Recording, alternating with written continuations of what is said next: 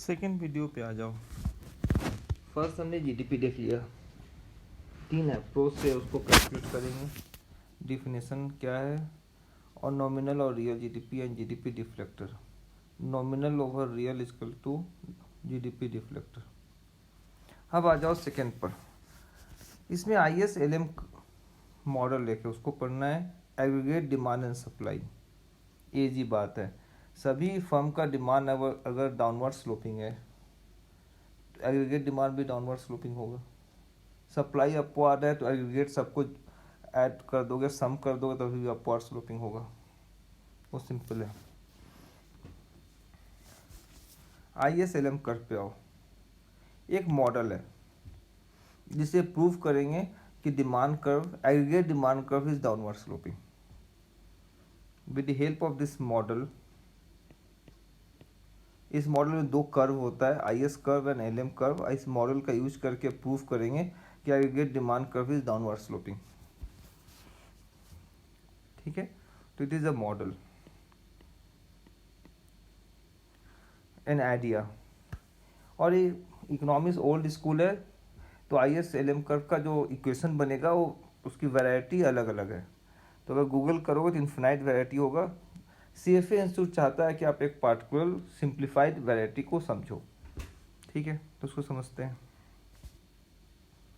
ये हमारे जीडीपी के बाद सेकेंड टॉपिक है। जीडीपी में 2 बातें याद रखनी थी, एक डिफ्लेक्टर वाली बात और दूसरा इनकम अप्रोच से वो जो 3-4 इक्वेशंस निकलते हैं उसको कुछ समझ के और कुछ याद करके याद करना है। मैंने भी उसी तरह याद कर रखा है, उसी तरह पढ़ाता हूँ। कुछ याद कर रखा है, कुछ समझ गया है। अब ISLM कर्व पे आओ। उसके पहले आ जाओ circular flow method in economy. ठीक है, चलो सोचो, विजुलाइज करो कि एक गांव है, वहाँ कुछ हाउस होल्ड मतलब इंसान, आम जनता, और एक फर्म है और कुछ नहीं है। इस ग्राफ को छोड़ दो, इस ग्राफ में कुछ और भी आ गया है। तो एक फर्म है और एक हाउस होल्ड है। तो हाउस होल्ड क्या करेगा, सुबह सुबह जाएगा उसके यहाँ काम करेगा, फर्म में लेबर सेल करेगा अपना। ठीक है, उसके बाद शाम को उसको पैसा मिल जाएगा। तो लेबर का काम किया उसने और शाम को पैसा लेकर आ गया। घर आकर पता चला कि भूख लग रहा है, तो उसके फिर सामान जो खरीदेगा, जहाँ सुबह काम किया उसी दुकान में जाके उसी फर्म से वो सामान खरीदेगा। ये कॉन्सेप्ट है। तो फर्म ने पैसा दिया उसको और वापस पैसा उसके पास आ गया, फर्म के पास। तो ये जो फ्लो ऑफ मनी है ये लीक नहीं हो रहा है कहीं, क्योंकि एक फर्म है और एक हाउस होल्ड है। ठीक है, तो हाउस होल्ड ने काम किया, उसके अगेंस्ट उसे पैसा मिला, तो पैसा उसके पास आ गया। तो फर्म को पता है कि पैसा जा रहा है, कोई बात नहीं, वापस मेरे पास आ जाएगा। तो देयर इज नो लीकेज, ये काम चल रहा है। अब आ गया फाइनेंशियल इंस्टीट्यूट्स उस गांव में। शेयर मार्केट हो गया, बैंक हो गया। तो फाइनेंशियल इंस्टीट्यूट का मेन काम क्या होता है, वो लिंक का काम करता है between investor and borrower. Saving and investment वाले के बीच एक लिंक का काम करेगा। तो फाइनेंशियल इंस्टीट्यूट आ गया, बैंक आ गया, फिर गवर्नमेंट भी आ गया, फिर फॉरेन मार्केट भी आ गया। ठीक है, तो इसने सुबह जाकर काम किया, 6 PM पैसा लेकर आ गया, एम ए हाउस होल्ड वाला फर्म से पैसा लेकर मनी आ गया। अब यहाँ आने के बाद उसका 3 ऑप्शन है, कुछ पैसा वो सेव कर लेगा, कुछ पैसा टैक्स ले लेगा, और कुछ पैसा बाहर का सामान खरीद लेगा, जो बचेगा फिर वापस इधर फ्लो कर देगा। तो S, T और M जो फर्म ने उसको दिया था वो एग्जिट कर गया, फर्म के पास उतना पैसा नहीं आया। S, T और M लीकेज है फर्म के एंगल से। ठीक है, गवर्नमेंट ने जो पैसा उधर से कमाया, कुछ पैसा फर्म का सामान खरीदेगा। तो ठीक है, हाउस होल्ड ने सामान नहीं खरीदा, जी ने सामान खरीद लिया। हाउस होल्ड ने इंपोर्ट किया तो फर्म ने एक्सपोर्ट भी कर लिया, तो बाहर बेच दिया, तो वहाँ से पैसा आ गया इसके पास, गवर्नमेंट से पैसा आ गया। और फाइनेंशियल इंस्टीट्यूट ने यहाँ पर इन्वेस्टमेंट कर दिया फर्म में, डेट दे दिया या उसका इक्विटी बाई कर लिया, तो फर्म के पास यहाँ से पैसा आ गया। तो फर्म ने जो पैसा हाउस होल्ड को दिया वो कुछ लीक कर गया, और फर्म के पास दूसरे सोर्स से पैसा आ गया। दूसरे सोर्स से सप्लाई कितना हो गया, आई, जी और एक्स का, और लीक कितना हो गया, एस, टी और एम का। अगर मार्केट और या इकोनॉमी अगर बैलेंस है तो जितना लीकेज होगा उतना सप्लाई होना चाहिए, तब बैलेंस रहेगा इकोनॉमी। तो S plus T plus M must be equal to I plus G plus X. तो सर्कुलर फ्लो मेथड से मुझे फंडामेंटल रिलेशन मिल गया, saving, tax, export, import, saving, tax, import, investment, government expenditure and export, M is import. अब S और I financial institute का item है, उसका लिंक है वो सेविंग और इन्वेस्ट, तू एक साथ कर लो एस माइनस आई को। जी गवर्नमेंट का एक्सपेंडिचर है और टी गवर्नमेंट की कमाई है, तो गवर्नमेंट वाले को एक साथ कर लो और फॉरेन वाले को एक साथ कर लो, ठीक है, फॉरेन वाले को एक साथ कर लो। तो मेरे पास फंडामेंटल इक्वेशन आ गया, S minus I is equal to G minus T plus X minus M, ठीक है। तो एक्स माइनस एम तुम्हारा नेट एक्सपोर्ट है, जी माइनस तुम्हारा फिजिकल डिफिसिट है। अभी वीडियो ने फर्स्ट चैप्टर में बता दिया था कि जी उसका खर्च है, टी उसका इनकम है। तो G minus T physical deficit है, एक्स माइनस एम तुम्हारा नेट एक्सपोर्ट है,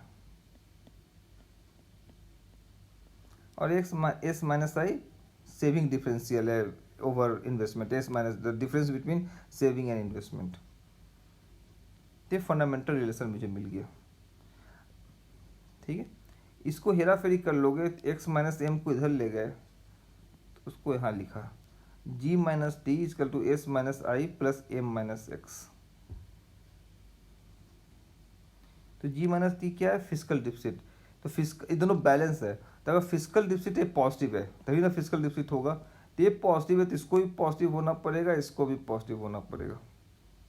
तो फिजिकल डिफिसिट किससे फाइनेंस हो रहा है, सेविंग ओवर इन्वेस्टमेंट से, या फिर नेट इंपोर्ट से, या ट्रेड डिफिसिट से। M minus X is your trade deficit, right. तो जो गवर्नमेंट का फिजिकल डिफिसिट होता है, या तो सेविंग बढ़ाए डोमेस्टिक पर्सन, या ट्रेड डिफिसिट हो, या पोर्शन ऑफ बोथ मिलकर जी माइनस टी होगा। तो ये फॉर्मूला आपको याद रखना है।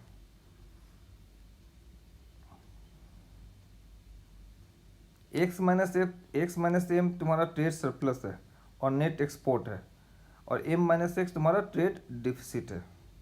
तो G minus T equal to S minus I plus M minus X है, that is physical deficit equal to saving over investment, saving differential plus trade surplus, trade deficit. तो पहला इक्वेशन मिल गया मुझे जी एस टी आर, और इसी को हम लोग कैरी करेंगे आगे। अगर ये बैलेंस होगा तो जितना भी तुम्हारा लीक है उतना ही सप्लाई हो जाएगा। तो एग्रीगेट सप्लाई और एग्रीगेट डिमांड बैलेंस रहेगा इस पॉइंट पर, होगा ना।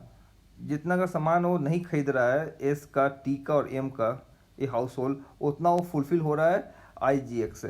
तो aggregate supply and aggregate demand balance है।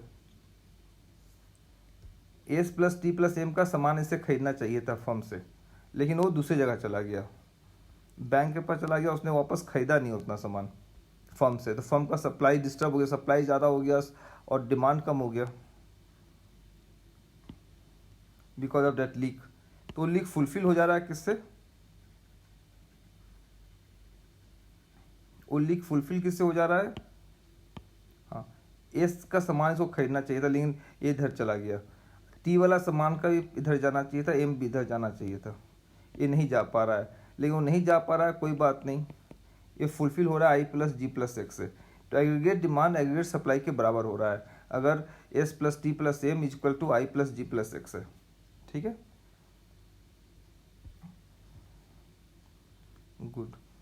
अब हम लोग चलते हैं ISLM कर्व को, इसी बात को लेकर आगे बढ़ेंगे। तो मैं बढ़ा देता हूँ, क्लियर हो गया।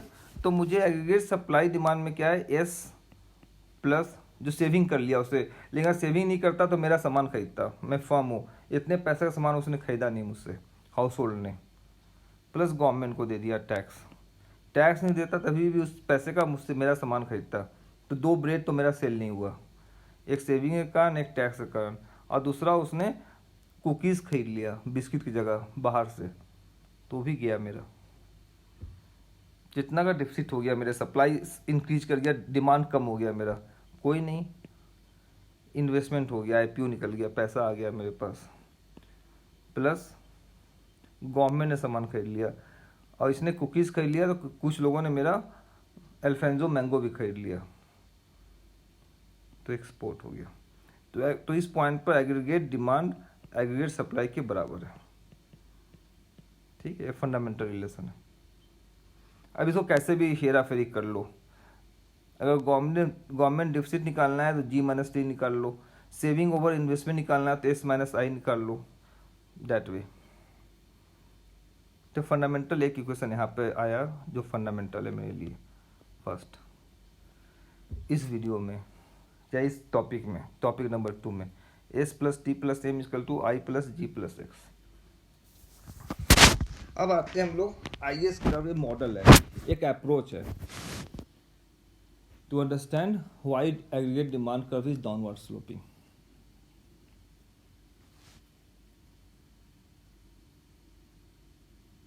ठीक है, चलो तो पहले आईएएस कर्व में चलते हैं। The fundamental relation is S minus I, bank वाले को एक साथ कर लिया हमने, जी माइनस टी गवर्नमेंट वाले को एक साथ कर लिया, प्लस एक्स माइनस ए। आईएएस कर्व पढ़ने के लिए एस माइनस आई के साथ प्ले करेंगे, सेविंग इन्वेस्टमेंट के साथ, नाम ही इसका है ना इन्वेस्टमेंट सेविंग कर्व, तो इसीलिए इसको यहाँ रखे हैं। ठीक, एस माइनस आई के साथ प्ले करना है। और एट दिस पॉइंट अगर ऐसा वैल्यू, अगर ये इक्वेशन होल्ड करता है, इसका मतलब है aggregate demand, overall demand of A complete demand, सभी फर्म का कंबाइंड और एग्रीगेट सप्लाई के बराबर होगा। ठीक है, तो इस इक्वेशन को होल्ड करना चाहिए, नहीं तो इकोनॉमी डिस्टर्ब होगा। अब आ जाओ, अगर जीडीपी बढ़ गया तो क्वांटिटी प्रोडक्शन ज़्यादा हो जाएगा, तो हो सकता है डिस्टर्ब हो जाए। तो हमें देखना है, कीपिंग इस इक्वेशन को मुझे होल्ड करवाना है, और रिलेशन देखना है हमें between Y GDP, Y means real GDP means cube पर ध्यान दे रहे हैं हम लोग, पी को इग्नोर कर रहे हैं, बेस ईयर का पी ले लिया तो पी को स्टैटिक बना दिया है, तो वेरिएबल वहाँ पर क्वांटिटी हो जाता है, प्राइस तो पहले से पता है मुझे। अगर रियल जीडीपी निकालना है मुझे, तो अगले साल क्वांटिटी का किससे मल्टीप्लाई होगा वो प्राइस तो मुझे पहले से पता है, क्योंकि मुझे वो प्राइस बेस ईयर का लेना है, तो वेरिएबल सिर्फ क्यू हो गया है। तो रियल जीडीपी को जनरली वाई से डिनोट करेंगे, एग्जाम में फर्क नहीं पड़ता इस बात का।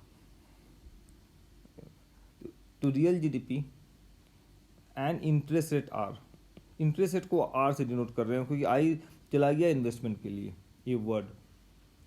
तो हम लोगों को क्या देखना है कि क्वेश्चन होल्ड करे, इस क्वेश्चन को होल्ड करने के लिए वाई और आर में कैसा रिलेशन है। तो IS curve is a graph between Y and R such that S minus I equal to G minus T plus X minus M holds. Relation between y and r such that equation 1 holds. Call this equation 1. क्या मतलब हुआ इसका तो देखते हैं। ठीक है, इसको देखते हैं। नहीं, इस क्वेश्चन को होल्ड करवाना है और वाई आर को कुछ नहीं। सबसे पहले इधर आओ, ये हमने देखा था point number 4, GDP equal to personal disposable income plus net tax plus saving of business. SD तो आया था इसी तरह, स्टैटिस्टिकल डिस्क्रिपेंसीज है। तो जीडीपी का फॉर्मूला लिख लेते हैं,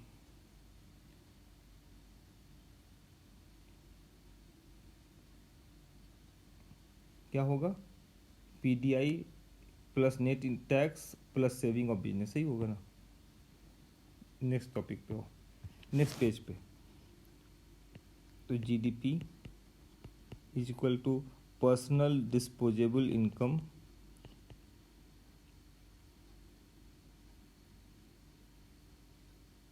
प्लस क्या था,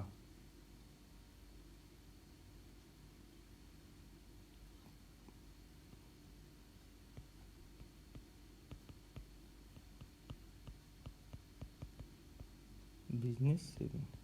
ठीक, PDI plus net tax plus business saving है ये।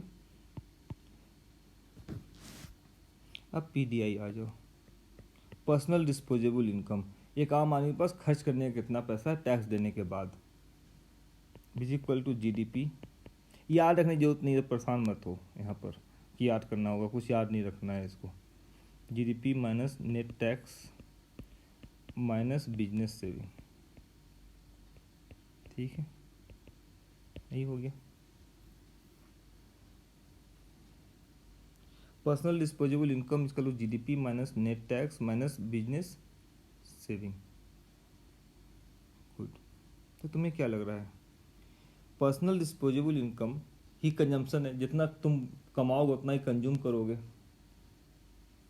तो कंजम्पशन किसका फंक्शन हो गया, consumption is a function of GDP मतलब वाई और टैक्स से माइनस हो जाएगा। नेट टैक्स में उसका भी टैक्स है, पर्सनल टैक्स। तो consumption is a function of Y minus T. ठीक, यहाँ पर मुझे आइडिया मिल गया, जो कंजम्पशन होगा वो जीडीपी पर डिपेंड करेगा। जीडीपी ज़्यादा होगा तो प्रोडक्शन ज़्यादा होगा, प्रोडक्शन ज़्यादा होगा तो एम्प्लॉयमेंट ज़्यादा होगा, तो सबके पास पैसा आ गया तो सब मिलकर कंज्यूम करेगा तो ज़्यादा कंजम्पशन होगा मार्केट में। सिंपल सा लॉजिक। टैक्स से काम थोड़ा पैसा कम हो जाएगा तुम्हारे पास, तो कम होगा, तो उसी का फंक्शन है। फंक्शन का फॉर्म जो भी हो, Y square minus T square, लेकिन वाई माइनस टी का फंक्शन है, वाई से बढ़ेगा और टी से कम होगा। तो मुझे मिल गया कि there is a positive relation between consumption and Y and negative relation between tax. ठीक है, पॉजिटिव रिलेशन है और नेगेटिव रिलेशन। वाई बढ़ने से कंजम्पशन बढ़ेगा और टैक्स बढ़ने से कंजम्पशन कम होगा। ठीक है यार, इसको याद। अब आ जाओ इन्वेस्टमेंट।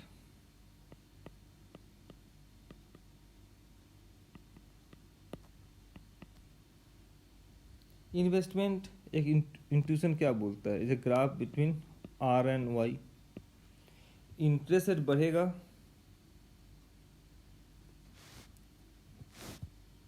तो क्या होगा, इन्वेस्टमेंट डाउन जाएगा, और वाई बढ़ेगा तो इन्वेस्टमेंट बढ़ेगा। समझ में आ रहा है कि मेरा बिजनेस ज़्यादा चल रहा है, जीडीपी बढ़ रहा है, तो मैं ज़्यादा इन्वेस्ट करूँगा। इन्वेस्ट मतलब नया फैक्ट्री क्रिएट करेंगे जिसका फ्यूचर में भी बेनिफिट होगा, तो इन्वेस्टमेंट कहलाएगा वो। तो इन्वेस्टमेंट आपका पॉजिटिवली रिलेटेड है वाई से और नेगेटिवली रिलेटेड है इंटरेस्ट रेट के साथ। और ठीक है, ये भी समझ में आ गया। अब गवर्नमेंट का फिस्कल बैलेंस देखो। फिस्कल मतलब वो कितना खर्च करता है और कितना कमाता है, मीन्स जी माइनस टी। तो पहले भी मैंने बताया था, जी जो है वो एक्सोजेनस पॉलिसी वेरिएबल है।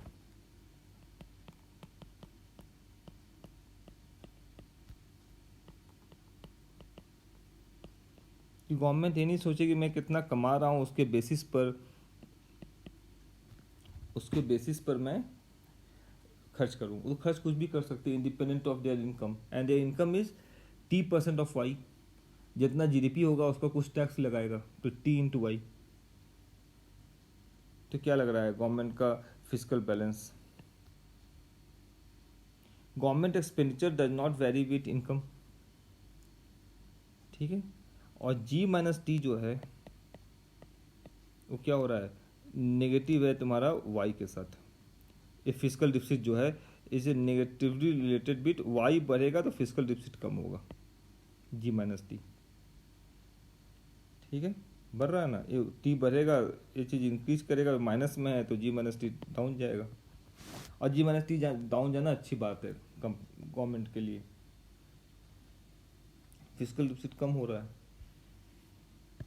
प्लस हो जाएगा, टी इंटू वाई बहुत ज़्यादा हो गया, और गवर्नमेंट एक्सपेंडिचर उसकी पॉलिसी है कि खर्च ही नहीं करना है मुझे, जो इलेक्शन के सेकेंड और थर्ड ईयर में गवर्नमेंट करती है, ज़्यादा खर्च नहीं करती है, इलेक्शन ईयर में ज़्यादा खर्च करती है, तो बीच वाले जो 5 साल में जो सेकेंड और थर्ड ईयर होता है वहाँ पर गवर्नमेंट एक्सपेंडिचर कम रहता है और फिजिकल डिफिसिट कम हो जाता है। ये भी समझ में आ गया। तो मुझे दो चीज़ मिल गया, एक ए और एक ए। अब आ जाओ एक्सपोर्ट इंपोर्ट का। अगर वाई बढ़ेगा, इंडिया का जीडीपी बढ़ गया, तो मैं बाहर का सामान परचेज करूँगा क्योंकि हमारे पास पैसा ज़्यादा आ जाएगा, तो इम्पोर्ट बढ़ जाएगा हमारा। लेकिन हमारे जीडीपी बढ़ने से एक्सपोर्ट नहीं बढ़ेगा। एक्सपोर्ट डिपेंड करेगा कि दूसरे का जीडीपी बढ़ रहा है कि नहीं, तब वो मेरा सामान इंपोर्ट करेगा। तो मेरे जीडीपी पर एक्स पर डायरेक्ट रिलेशन नहीं है, लेकिन एम पर डायरेक्ट रिलेशन है। इसलिए एक्स माइनस एम क्या होगा, ओवरऑल डाउन जाएगा। एम बढ़ गया ना, माइनस में है, तो ये negative relationship between net export and Y. ये बात हमने देख लिया। ठीक है। दूसरा, वाई अगर इंक्रीज करेगा तो तुम्हारे पास पैसा ज़्यादा आएगा, तो एजम्पशन लिया जा रहा है कि सेविंग ज़्यादा होगा इन्वेस्टमेंट से। सेविंग ज़्यादा, एजम्पशन है, they no mathematical logic, a human psychology या reading whatever empirical evidence. तुम्हारा पैसा ज़्यादा आएगा तो इन्वेस्टमेंट उस रेट में नहीं बढ़ेगा जिस रेट में सेविंग बढ़ेगा। ठीक है बच्चे। तो अब यहाँ पर मुझे ये सब करने से फ़ायदा क्या है कि मैं क्यों कर रहा हूँ। तो अब देखो, वाई को इंक्रीज करवाया, एक शॉक दे दिया वाई पर। सपोज वाई इंक्रीज कर गया। जब तुम सर्कुलर एनालिसिस करते हो तो एक को पहले ट्रिक करते हो, तो आपने शॉक दे दिया कि लेट्स से वाई इंक्रीजेस। सबका एक दूसरे पर लिंक्ड है, तो किसी एक को शॉक दिया कि सपोज कर लो कि जीडीपी बढ़ गई हमारी। ठीक है, जीडीपी बढ़ गया तो एस माइनस आई इंक्रीज कर जाएगा। इक्वेशन ले लेते हैं 3, इक्वेशन 2 ले लो, इक्वेशन 4 ले लो, whatever, S minus I increase कर जाएगा एज पर इक्वेशन 3। ठीक है।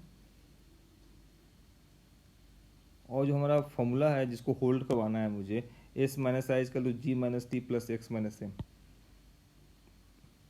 Is equal to G minus T plus X minus M, ये होता है। वाई बढ़ गया है हमारा, तो ये वाला पोर्शन इंक्रीज कर गया, पहले बैलेंस था ये बढ़ गया। और जी माइनस टी क्या होगा, डाउन जा रहा है, इक्वेशन 4 ये डाउन जा रहा है। और एक्स माइनस एम ये भी डाउन जा रहा है। तो सपोज कर लो पहले ऐसे था कि 50 इक्वल टू 10 प्लस 40। वाई बढ़ने से एस माइनस आई बढ़ गया, मीन्स ये 60 हो गया। ठीक है। और जी माइनस टी कम हो गया, 5 हो गया, ये भी 35 हो गया। तो 60 is not equal to 40, imbalance आ गया। इसीलिए वाई के इंक्रीज होने से इक्वेशन 1 होल्ड नहीं कर रहा है। इसको इक्वेशन 1 माना था ना हमने यहाँ पर। और एग्रीगेट डिमांड और एग्रीगेट सप्लाई को इक्वल होने के लिए इस इक्वेशन को होल्ड करना जरूरी था। तो यहाँ मैंने देखा कि वाई इंक्रीज करने से इक्वेशन होल्ड नहीं कर रहा, मीन्स इक्वालिटी मेंटेन नहीं रह पाया। पहले 50 इजकल टू 50 था, 50 इजकल टू 10 प्लस 40। वाई बढ़ने से एस माइनस आई इंक्रीज कर गया, मीन्स 50 से बढ़ गया होगा, 60 हो गया। जी माइनस टी डाउन जाता है, इक्वेशन 4 बता रहा है मेरा। ठीक है। अब यहाँ पर सोचो नहीं क्यों बता रहा है, हमने देख लिया था कि क्यों ऐसा हो रहा है। और एक्स माइनस एम भी डाउन जा रहा है, तो 40 से 35 हो गया। इट को भी एनी नंबर बट कम हो गया, तो 60 इक्वल टू 40 हो गया, इम्बैलेंस क्रिएट हो गया। तो हमारी इकोनॉमी डिस्टर्ब हो गई, एग्रीगेट सप्लाई एग्रीगेट डिमांड के बराबर नहीं रहा। या तो डिमांड बढ़ गया मार्केट में, सप्लाई उतनी नहीं हो पा रही है, सप्लाई बढ़ गया है, डिमांड उतनी नहीं मेंटेन है, ये तो डिस्टर्बेंस हो गया। तब क्या किया जाए। तब मेरे पास एक वेरिएबल है that is called interest rate. अब इंटरेस्ट रेट को मैं क्या कर दूं कि बैलेंस हो जाए। That's the idea of I S curve, कि what is the relation between Y and interest rate such that equation 1 holds. तो आर को क्या करना चाहिए मुझे,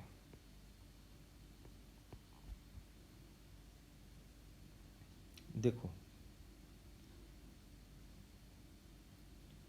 आर को करने के लिए इक्वेशन नंबर 5 में चले जाओ।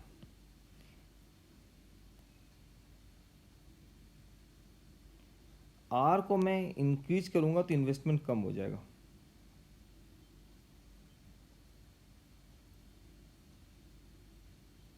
ठीक है, होगा। आर को इंक्रीज करेंगे तो इन्वेस्टमेंट कम हो जाएगा। आर को इंक्रीज करेंगे तो इन्वेस्टमेंट कम हो जाएगा। जब इन्वेस्टमेंट कम हो जाएगा तो एस माइनस आई और बढ़ जाएगा। एस माइनस आई 60 हो गया है, इन्वेस्टमेंट को कम करा दोगे, मीन्स माइनस हो रहा है तो 70 हो जाएगा, तो बड़ा और इनडिफरेंस क्रिएट हो जाएगा। तो आर को इंक्रीज करवाने से इन्वेस्टमेंट कम हो जाएगा। आर को ड्रॉप करवा दो। अगर आर ड्रॉप होता है तो इन्वेस्टमेंट इंक्रीज कर जाएगा, मीन्स ये वाला पोर्शन इंक्रीज करेगा। तो थोड़ा सा 60 वापस 50 की तरफ आना शुरू होगा। और आर ड्रॉप करने से सेविंग का भी तुम्हारा जो एक टेंडेंसी थी वो ड्रॉप कर जाएगा कि 1% इंटरेस्ट रेट है, क्यों एफडी करें, सामान खरीदते हैं, तो सेविंग की भी टेंडेंसी कम हो जाएगी। तो आर को ड्रॉप करने से एस माइनस आई वापस 50 की तरफ रिस्टोर होने लगेगा। तो अगर वाई बढ़ गया तो इम्बैलेंस क्रिएट हो गया, आर अगर ड्रॉप कर दिया जाए तो वापस रिस्टोर हो जाएगा। तो keep the equation 1 correct or so that the equation 1 holds. If y increases and r must decrease, so there is an inverse relationship between GDP and interest rate for aggregate demand to be equal to aggregate supply. तो negative relationship है। तो IS curve बोलता है कि इसके बीच में negative relationship है। आर एंड जीडीपी के बीच नेगेटिव रिलेशनशिप होना चाहिए, तभी वो equation S minus I equal to G minus T plus X minus M hold करेगा। ठीक है, तो दिस इज आइडिया कि graph between R and Y must be a negative. This is your I S curve. तो पूछेगा आई S curve किसके बीच बनता है? This is graph between R and GDP such that this equation holds. दूसरा, IS curve downward sloping है क्या upward sloping है? This is downward sloping. तो दो क्वेश्चन यहाँ क्रिएट हो गया आपका। ठीक है बच्चे, समझ में आ गया? गुड। तो IS कर्व आपका कवर हो जाता है। अब आ जाओ LM कर्व।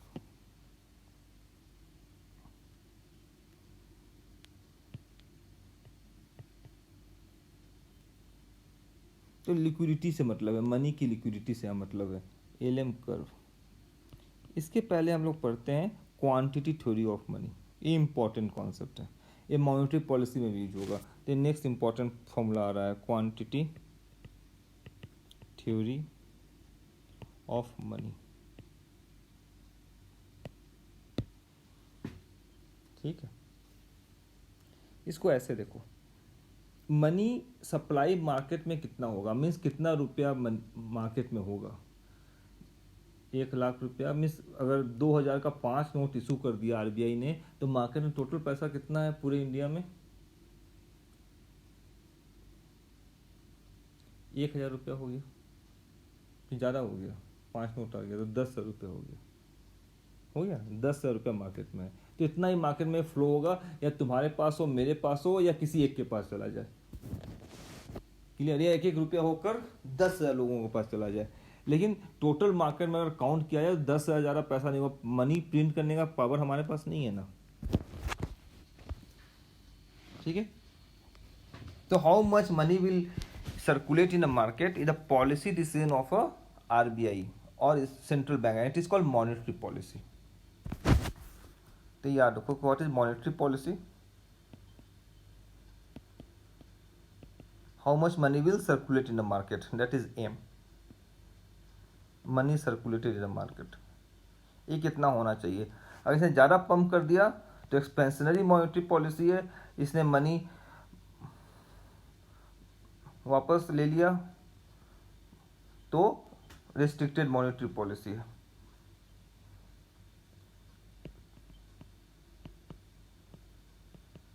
ये इसकी पॉलिसी डिसीजन है, ठीक है। बट ये based on some rational view, but आप इस पर केस नहीं कर सकते क्योंकि they are supreme body to decide how much money will circulate in the market. Cool. तब देखते हैं इसका इफेक्ट कैसे है। यार ये हमारा मार्केट है या कंट्री है या मार्केट है, एक विंडो है जहाँ से आरबीआई पैसा पंप करता है। लेकिन आरबीआई ऐसे एरोप्लेन से आकर पैसा तो करेगा नहीं, नहीं तो मैं तो रात भर जगह रहता हूँ, मुझे मिल जाता है सारा। नहीं, ऐसा करता नहीं है, तो चैनल के थ्रू भेजता है। तो बॉन्ड किया तो बॉन्ड को उसने डीलर को सेल कर दिया या डीलर से बॉन्ड परचेज कर लिया, तो इस तरह उस चैनल के थ्रू पैसा एंट्री करता है। उस पर हम लोग नहीं जाएंगे, लेकिन चैनलाइज तरीके से करता है। ऐसा नहीं सोचना कि हेलीकॉप्टर से लाकर पैसे ड्रॉप कर देता है। तो चैनल के थ्रू वो पैसा मार्केट में, उस चैनल के थ्रू पैसा लेगा भी और पैसा पंप भी करेगा थ्रू बॉन्ड मार्केट और व्हाट एवर, और थ्रू बैंकिंग सिस्टम। तो सपोज कर लो उसने $1 पंप कर दिया, ठीक है। $1 उसने मार्केट, अभी पूरे मार्केट में $1 है, चाहे मेरे पास हो या तुम्हारे पास हो, ओवरऑल मार्केट में $1 ही है। ओरिजिनल काउंटरफिट छोड़ दो, ठीक है।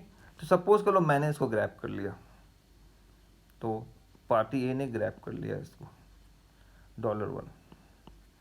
आते के साथ वो टी स्टॉल में जाकर चाय पी लिया, ठीक है। तब यहाँ पर $1 इसके पास ट्रांसफ़र हो गया ना, और 1 कप टी कंज्यूम हो गया। टी स्टॉल वाले को हेडेक हो रहा था, उसने मेडिसिन शॉप में जाकर फार्मास्यूटिकल के पास एक डिस्प्रिन खरीद लिया, ठीक है, एक मेडिसिन खरीद लिया उसने, तो $1 इसके पास चला गया, ठीक है। और फार्मास्यूटिकल वाले ने अपने बच्चे के लिए चॉकलेट परचेज कर लिया, एक चॉकलेट आ गया, $1 यहाँ चला गया। तो पूरे दिन में $1 उसने किया, मैंने उसको ए ने ग्रैब किया, उसने चाय पिया, फिर चाय वाले ने मेडिसिन खरीदा, फिर फार्मास्यूटिकल वाले ने एक चॉकलेट परचेज किया। तो टोटल जीडीपी कितना हो गया? पीरियड का होता तो एक दिन का जीडीपी कितना हो गया?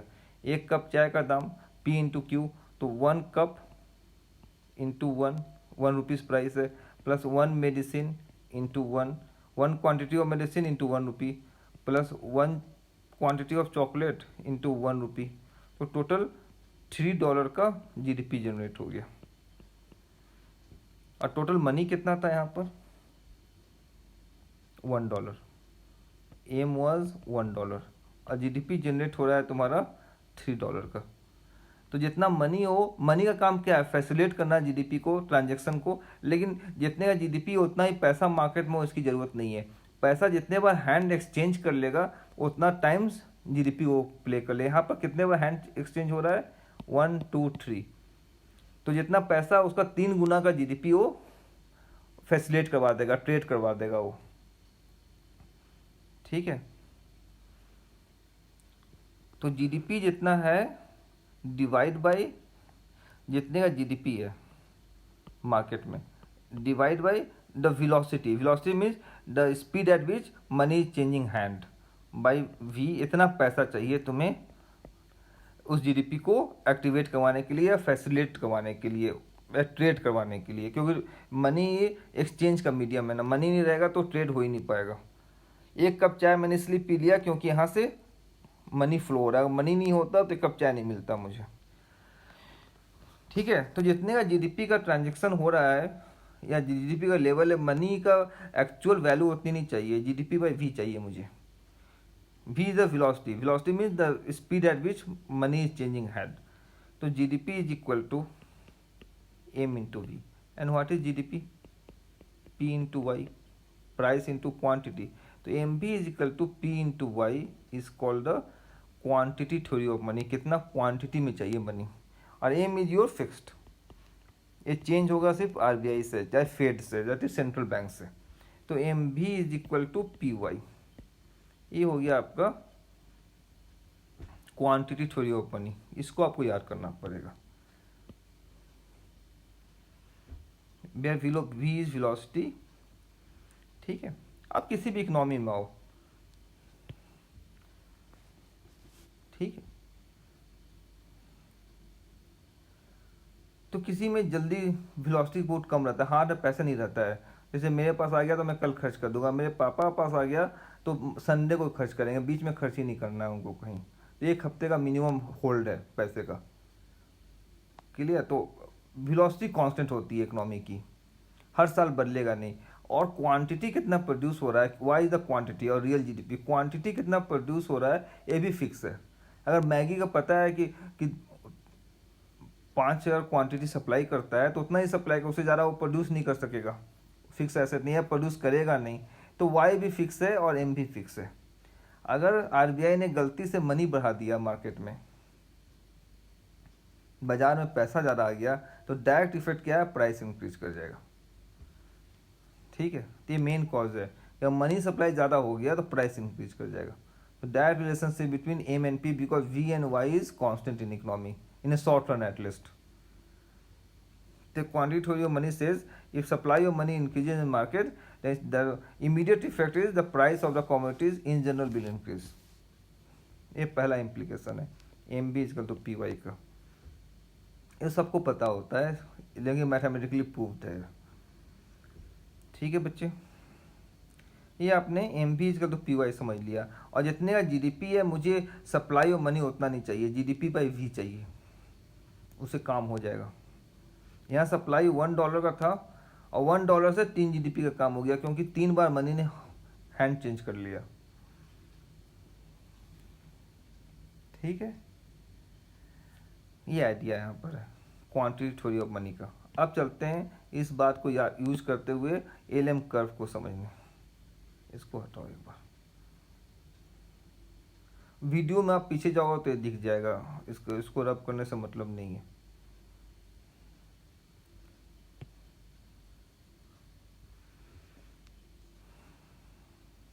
चले, तो एम भी is equal to P into Y, ठीक है। तो इसको ऐसे लिख सकते हैं, M by P money over price is equal to 1/v into K. तो 1/v को के से डिनोट कर दो, के इंटू वाई, फिर के is equal to simply 1/v। तो 1/v से अच्छा है स्मॉल के लिख लिया हमने। तो M by P is equal to K Y, ये इक्वेशन मिल गया मेरे पास। ये इक्वेशन बैलेंस है। इतना अगर पैसा रहेगा तो जीडीपी का कारोबार हो जाएगा, इससे कम पैसा हो जाएगा तो मुश्किल होगा, या प्राइस बढ़ जाएगा तो मुश्किल होगा। तो ये इक्वेशन को वैलिड होना चाहिए वाई यूनिट ऑफ क्वांटिटी को सेल करने के लिए पी प्राइस पर, नहीं तो मार्केट में पैसे की शॉर्टेज हो जाएगी कि पैसा ही नहीं है देने के लिए, ठीक है। If this equation holds, then given supply of money is enough or sufficient to do the transaction of y quantity of GDP at p price. Clear? p price पर y quantity of GDP को quantity को handle करने के लिए इतना m enough है। मेरे example में, वो चाय वाले एग्जाम्पल में क्या था, जीडीपी कितने डॉलर का था, $3 का, और सप्लाई ऑफ मनी कितने का था, $1 का m, और वेलोसिटी कितने का था, 3 का था वेलोसिटी। तो 1 into 3 was sufficient to do the transaction of $3 of GDP. तो इक्वेशन बैलेंस रहेगा, मनी का शॉर्टेज किसी को नहीं लगेगा, ना फार्मास्यूटिकल वाले को, ना चाय वाले को, ना चाय पीने वाले को, ना चॉकलेट वाले को, ठीक है बच्चे, यहाँ से समझ में आ गया। तो ये चीज़ होल्ड होना चाहिए for smooth transaction, otherwise there be liquidity crunch, ठीक है जी। अब क्या हुआ, मनी तो एम ही रहा, मनी इज कांस्टेंट, वाई में शॉक दे दो कि वाई इंक्रीज कर गया किसी कारण बस, तो क्या होगा, जब वाई इंक्रीज कर जाएगा तो क्या होगा, राइट हैंड साइड बढ़ जाएगा, लेफ्ट हैंड साइड तो उतना ही रहेगा। एम बी कांस्टेंट है, इधर पी इंटू वाई है, वाई को मैं बोल रहा हूँ इंक्रीज कर गया, तो टिल्ट राइट की तरफ हो गया, तो इक्वेशन इम्बैलेंस हो गया ना। Now the demand of money increases, इतना ट्रांजेक्शन करने के लिए तो आई नीड मोर मनी, ठीक है। या तो आर पैसा सप्लाई करे, नहीं तो फिर मार्केट में शॉर्टेज होगा पैसे की। तो आर को कैसे बिहेव करना चाहिए इंटरेस्ट रेट को कि ये चीज़ बैलेंस हो जाए, आम जनता रिलैक्स हो जाए, ठीक है। अब देखो वाई इंक्रीज होने से मनी का डिमांड बढ़ा या घटा, ज़्यादा प्रोडक्शन हो रहा है तो लोग बाई करना चाहेंगे या लोग सेल करना चाहेगा, तो मनी का डिमांड बढ़ा। अब इंटरेस्ट रेट को भी बढ़ा दो तो डिज़ायर ऑफ मनी क्या होगा, ड्रॉप करेगा, ये बैलेंस आउट हो जाएगा। जितना वाई का डिजायर इंक्रीज हुआ था उतना इंटरेस्ट रेट बनने का डिजायर ड्रॉप हो गया। तो if there is a positive relationship between Y and R then desire of money will remain stable. तो वाई बढ़ गया तो आर को भी बढ़ना पड़ेगा, तभी desire of money in the market और demand of money in the market will stay constant. तो LM curve says that there is a direct relationship between Y and R, ठीक है, आर एंड वाई।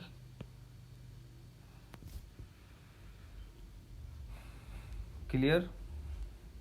आईएस का बोलता है कि aggregate demand को aggregate supply को होने के लिए there must be a negative relationship. ये बात समझ में आई है। कोई बात नहीं कि क्या होगा, अब तो वो बड़ी बात होगी, दोनों एक साथ दोनों की बात कैसे सत्य होगी। विष्णु भगवान ने ऐसा वरदान दे दिया, शंकर भगवान ने ऐसा वरदान दे दिया, तो कुछ उपाय निकलता है फिर ये दोनों बातें सत्य हो जाए। तो आईएस कर्व आपका बोल रहा है कि there must be a negative relationship between R and Y. LM curve says there must be a positive relationship between R and Y. दोनों बात वैलिड कहाँ पे होगा, दोनों जहाँ पर इंटरसेक्ट करवा दो। This is your LM curve, this is your IS curve. तो पार्टिकुलर वैल्यू ऑफ आर पर एक पार्टिकुलर जीडीपी होगा, तो आईएस कर्व भी वैलिड है, एलएम कर्व भी वैलिड है। कोई पॉइंट आईएस कर्व पर भी एलएम कर्व पर भी, ठीक है। तो पार्टिकुलर वैल्यू ऑफ पर पार्टिकुलर वैल्यू ऑफ जीडीपी होना चाहिए। आईएस कर्व भी वैलिड हो गया, एलएम कर्व भी वैलिड हो गया।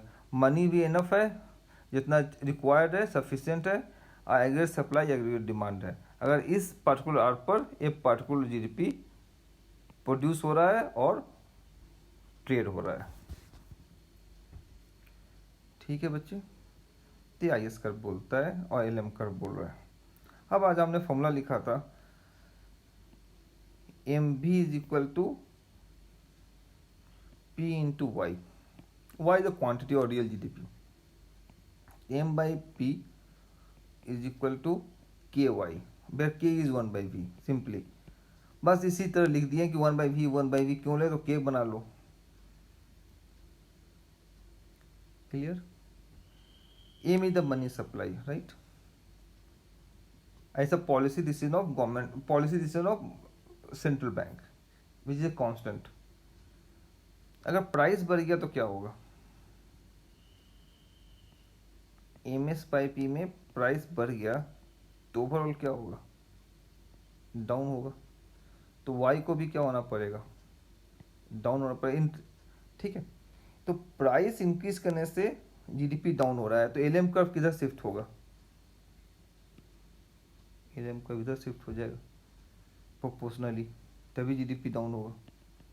तो हाई प्राइस का, प्राइस हाई का ये एलएम कर्व है, ए प्राइस लो का एलएम कर्व है, ठीक है। अब यहां देखो लो प्राइस पर, ए प्राइस लो है, लो प्राइस पर जीडीपी ज़्यादा है और क्वांटिटी ज़्यादा प्रोड्यूस हो रहा है, और लाल वाला हाई प्राइस का जीडीपी कम हो रहा है। तो क्या हो रहा है, लो प्राइस पर ज़्यादा क्वांटिटी प्रोड्यूस हो रहा है और हाई क्वांटिटी पर कम जीडीपी प्रोड्यूस हो रहा है। इसका मतलब एग्रीगेट डिमांड किसका ग्राफ है, पी एन वाई का। तो प्राइस बढ़ेगा तो लो प्राइस पर ज़्यादा जीडीपी आएगा, हाई प्राइस पर कम आएगा, therefore aggregate demand is downward sloping. ये प्रूफ कर दिया है इसमें आईएसएलएम का इतना मेहनत करने के बाद कि aggregate demand is downward sloping. ठीक है भाई, ये प्रूव हो गया। क्लियर। तो ये चीज़ हमने प्रूव कर लिया। तो एक बेसिक इक्वेशन नहीं बनता, इससे ज़्यादा कुछ नहीं पूछेगा। ज़्यादा से ज़्यादा पूछेगा कि यहाँ पर पूछेगा, यहाँ पर 3 क्वेश्चन क्रिएट होता है, याद रखिए। पहला question, I S curve is a graph between R and Y. L M curve is a graph between R and Y, question number 1। Question number 2, I S curve is downward sloping, L M curve is upward sloping, question number 2। Question number 3, if price increases then LM curve shifts right or left, price increases then LM curve shift left। ऊपर जाने को left बोलते हैं, हमेशा याद रखो, आगे भी पढ़ेंगे। ऊपर चला गया तो लेफ्ट हो गया, और हाई प्राइस में सप्लाई हमेशा ऊपर भागता है, तो समथिंग उस तरह का है कि हाई प्राइस पर ऊपर भागेगा लाल की तरफ। तो price increases and LM curve shifts left, ये लेफ्ट है, राइट, और अपवार्ड शिफ्ट होगा। लेफ्ट का मतलब अपवार्ड भी होगा। एक क्वेश्चन नंबर 3 हो गया।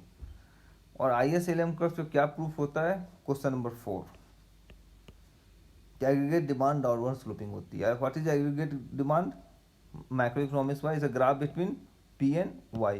और ग्राफ है इसीलिए P को Y एक्सिस में रखेंगे, और Y इज अ क्वांटिटी को X एक्सिस में रखेंगे। ये क्वेश्चन नंबर 4 हो गया आपका। क्लियर। चलिए और क्वेश्चन आएगा इस पे।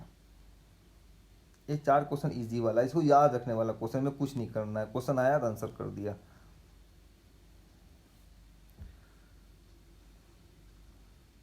हो गया, आगे चलो, इसको हटाओ। नेक्स्ट क्वेश्चन आएगा आपका, जीडीपी निकालने देगा इक्वेशन देकर। कैसे?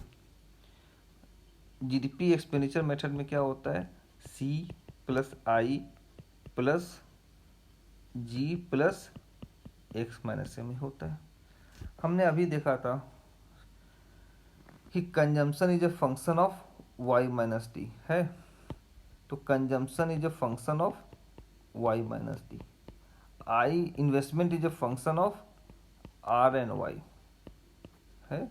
जी minus T is a function of, G minus T is a function of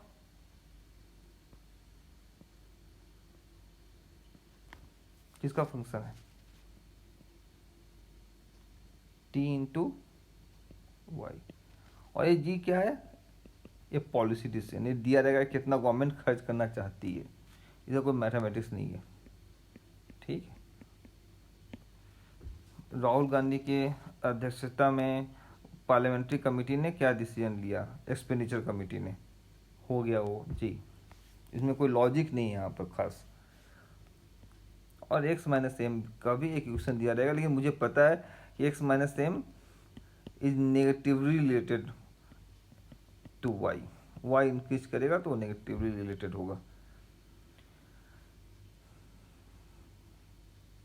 ठीक है। पूछेगा कि इक्वेशन दे देगा आपको, अब पूछेगा कि आईएस इक्वेशन क्रिएट करो, इन्वेस्टमेंट सेविंग इक्वेशन क्रिएट करो।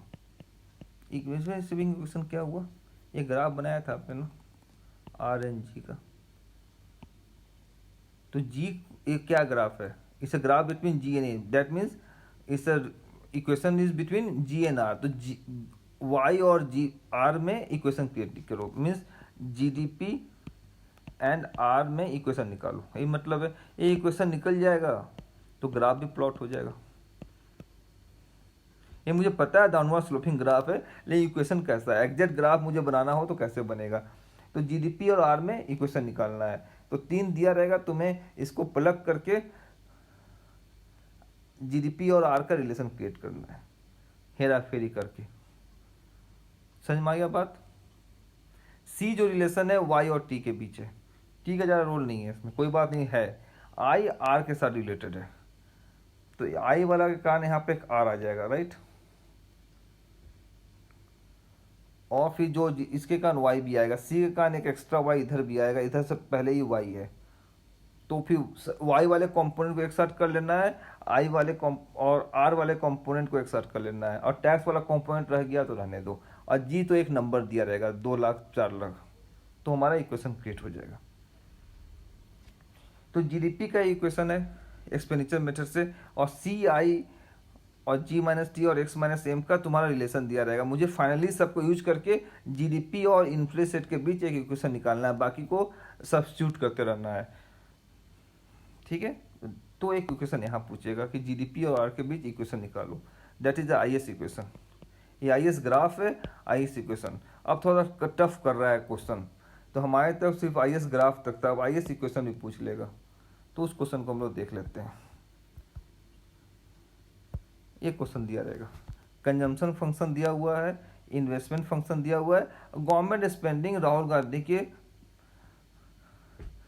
चेयरमैनशिप पर एक डिसीजन हुआ कि 1000 रुपया खर्च करना, कोई लॉजिक नहीं है इसका। और नेट एक्सपोर्ट फंक्शन भी मुझे पता है कैसा है, डाउनवर्ड स्लोपिंग है, तो बता दिया कि डाउनवर्ड स्लोपिंग है, वाई के साथ नेगेटिवली रिलेटेड है, तो एक्स माइनस एम का दे दिया, और टैक्स फंक्शन भी दे दिया। सभी को हमें वहाँ पर प्लग कर देना है जीडीपी के फॉर्मूला में, और जीडीपी और आर में रिलेशन क्रिएट कर लेना है। ठीक है, तो ये क्वेश्चन ऐसा होगा, सभी को यहाँ पर पुट कर दिया गया है, जी को सी को भी, जी को भी, टी को भी सॉल्व करके वाई और आर में इक्वेशन क्रिएट कर लिया गया। ये तो मैथमेटिक्स करना पड़ेगा एग्जाम में आया तो। फिर पूछेगा कि आर का वैल्यू अगर 5% है तो वाई की वैल्यू क्या होगी, और टी की वैल्यू, तो आर की वैल्यू यहाँ पर 5% तो 5% प्लग कर दो, वाई की वैल्यू निकल जाएगा। ठीक है, दिस हाउ इट वर्क्स।